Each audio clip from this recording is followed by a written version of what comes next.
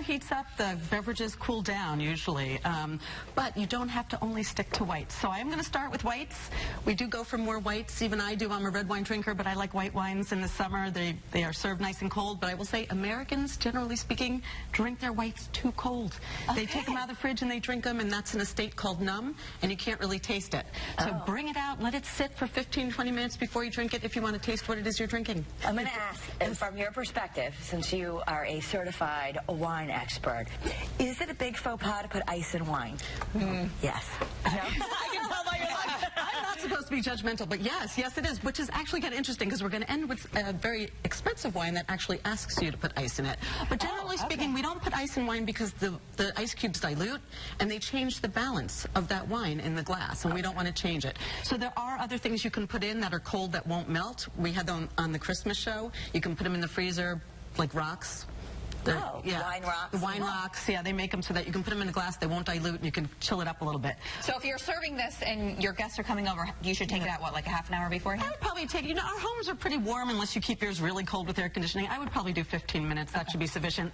But also, there's so many different varieties of whites, so it's a really good time in the summer to explore. There's over 1,300 commercially viable grapes out there. Wow. We can probably only name like a handful. So I actually brought a Vinho Verde. It's from Portugal, and it's one of my favorite summer drinking wines. And since I can't go over every wine during these shows, I just want to say, anyone who wants to email me, tell me what you like to drink. I'll give you 3 other things to try that you might like as well. That's a great tip.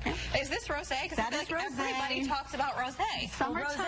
It's rosé all day. Yeah, that's what people say. I love rosé, though. I know you do. I know. And I drink it all year long. You probably do too, but it really heats up, so to speak, in the summer. People go crazy for it. There are a lot of different kinds out there. Just keep in mind, I like to tell people they come in a very wide range of colors. So every winemaking region pretty much makes a rosé. They use their own grapes. They decide how long the skins are going to stay in contact with the juice. What is it? Different? I mean, grape? So is it red grape, white grape? You can use white grapes in the mix, but there have to be some red grapes. And basically, you allow the color that's in the grape skin of a red grape to come in contact with the juice for as long as the winemaker wants to get some of the color in, and then they take it off of, they press it off of the solids. So it's like a red wine if you left it for many more hours, but you shorten it. That's how most rosés are made. And they're a little sweeter? Are they a little sweeter? No, but that's a great question. Most people take a look at something pink and pretty and think it will be sweet, but rosé is by definition dry. If it's sweet and it's pink, we usually call that a blush. Oh, okay. Right? Learning a lot. So if you get really tired of whites and rosés by this point in the summer, I'm here to tell you can drink reds, which I wouldn't normally say. I'd be like, no, that's not such a summer thing, but it really is. And there's so many different reds that you can try during the summer that can actually take a chill. And just like Americans typically drink whites too cold, we typically drink reds too hot.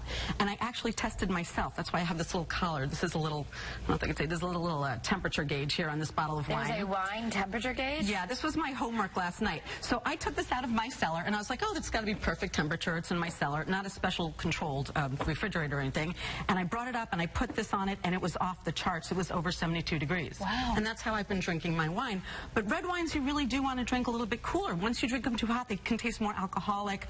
But if you're going to drink reds, and you want to put a chill on it, do not pick ones that are high in tannins, like a Cabernet Sauvignon or Tannat, things that are really big, and Nebbiolo, which is in Barolo. You want to do things that are low in tannins, like softer, that are not heavily oaked, and that have nice acid.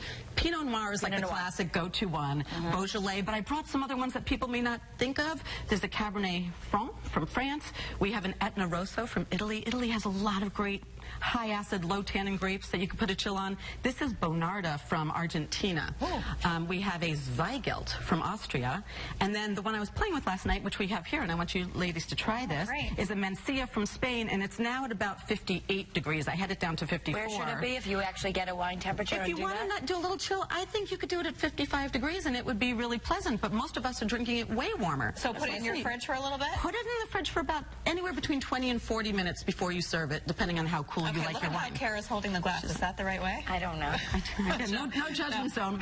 Typically, you hold it from the stem just because when you hold it here, you can change the temperature of what's in the glass with your own body temperature. Okay. All right, so we're going to hold it from the stem. All right. And these are my beach glasses.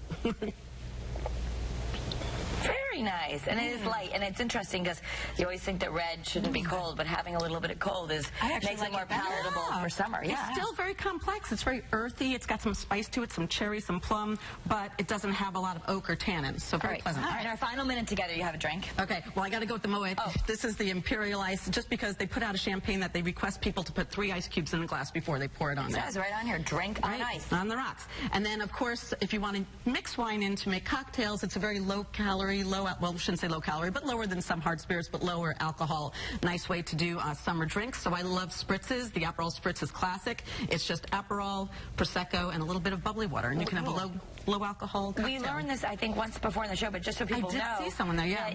On the back, the recipe is right on the Aperol bottle. So this is an Italian? This is Italian, yes, and it's about 11% ABV, alcohol by volume, so you're not taking a 40 ABV spirit to make a cocktail, so basically you can drink more of them. That'd be a fun drink to make for your friends. It's very late in the Nice and easy, and if you forget, it's right there. I like that. All right, thank you, Renee. Pleasure. Well, Renee offers wine and spirits classes, maybe something fun to schedule for your summer, wine and food pairing events as well, and she's teamed up with Chatfield Hollow Farm on a mushroom farm-to-table wine dinner in October, so check that out. That sounds great. Well, for more information, just head to wineinstituteofnewengland.com. And that's where you can